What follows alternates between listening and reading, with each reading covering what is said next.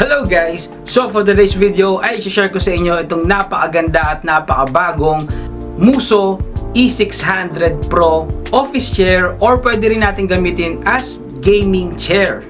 Isa po itong ergonomic chair guys. So kahit na electric fan po ang inyong gamit ay hindi kayo basta-basta pagpapawisan. At ang materials na ginamit dito guys ay premium polyester fiber nylon mesh. So napakatibay ng materyales niya guys. So bakit nga ba tayo nagkaroon ng bagong upuan guys no? Kasi napansin nyo, napakatagal na natin gamit yung dati nating upuan. Hindi siya ergonomic guys. Kaya madalas pag nagagawa tayo ng content guys, pag-iisip, pag-aaral ng application, and then editing, lahat-lahat guys, and then pag-upload, umaabot tayo ng 10 hours. So imagine guys, sa pong oras ako nakaupo at napapansin ko sumasakit nga po yung aking likod kapag tayo ay nagagawa ng content. So I decide guys na mag-upgrade na nga or magpalit na nga ng bagong office chair or pwede nga rin po itong gaming chair guys dahil naglalaro din naman tayo, no?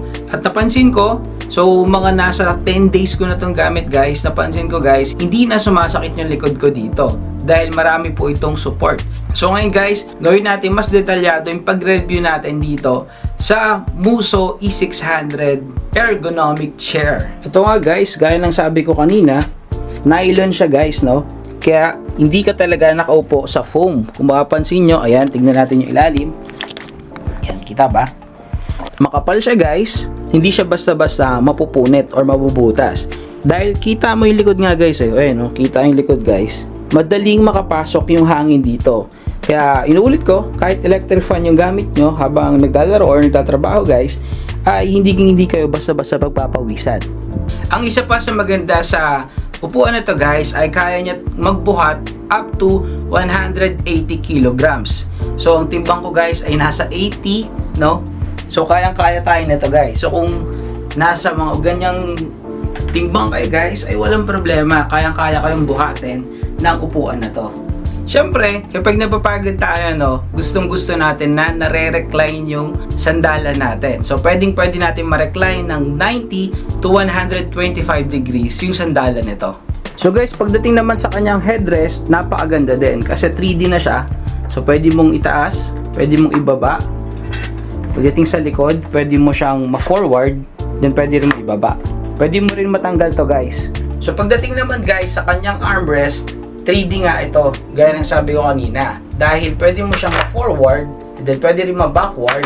Yan. Pwede mo siyang ma-move ng ganyan. Yan, no? Then kung nabababaan ka, pwede mo siyang itaas. O, diba? Pagdating naman guys sa kanyang lumbar support, pwede mo siyang i-adjust dito. Pero sa akin, hindi ko na siya in-adjust eh. Okay na rin naman pagka ano niya. Siyempre, hindi mawawala yung feature kung gusto mo siyang itaas.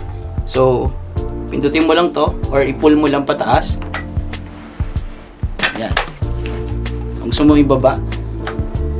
Yan.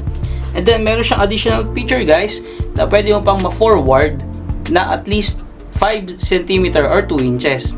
So kung gusto mo pang i-forward yung upuan, pull mo lang pataas to. Yan.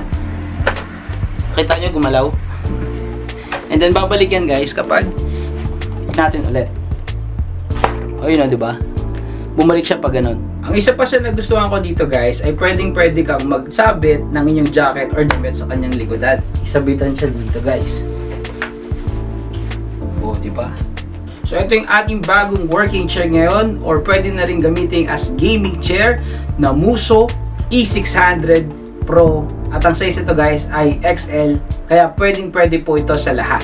Ngayon guys, pagdating naman sa ordering, pwede kayo mag-order through Lazada or Shopee or sa kanilang website. Lalagay ko na lang dito sa description ng video na to guys, yung kanilang website. At ito pang napakaganda dito guys, no? Pwede rin silang COD. So, cash on delivery guys. Pwede. At kahit nasan ka dito sa Pilipinas, ay pwede kayong ma-deliveran or pwedeng makapagpa-deliver sa inyo dyan. So, ang halaga nito guys, ngayon ay nasa 11,000 pesos. Alam ko, may mas mura guys na makikita kayo dyan online like sa Lazada na mga 2,000 pesos na mga ergonomic chair. Pero guys, ay sobrang sulit ang inyong pera dito. Bakit? Sa quality, sa tibay, mabigat siya guys, no? Hindi basta-basta mapuputol or masisira pag sumasandal kayo kahit mabigat kayo guys. At yung kanyang materials, yung nylon niya guys ay makapal at matibay. At yung lumbar support niya nga no, yung pinaka-purpose natin dito guys no. So gaya na sabi ko sa inyo kanina, ilang araw ko na rin to guys nagamit at never na sumakit yung likod ko dito sa paggagawa ng ating content. Simula nung nagkaroon ako nito guys, hindi na nga sumakit yung likod ko. At syempre, napaka malaking benefit sa health natin guys, yung spinal health natin. So maraming nakukuhang sakit kapag matagal kayong nakaupo. At syempre, hindi naman may iwasan yun guys eh. Ang kailangan na natin gawin ay pagandahin yung ating upuan. So para po sa ordering guys, i-check nyo po sa description ng video na to yung link para po makapag-order kayo nito guys. So, inulit ko, sulit na sulit itong Muso E600 Pro na ergonomic chair. Pwedeng pang gaming, pwede nga rin pang office chair.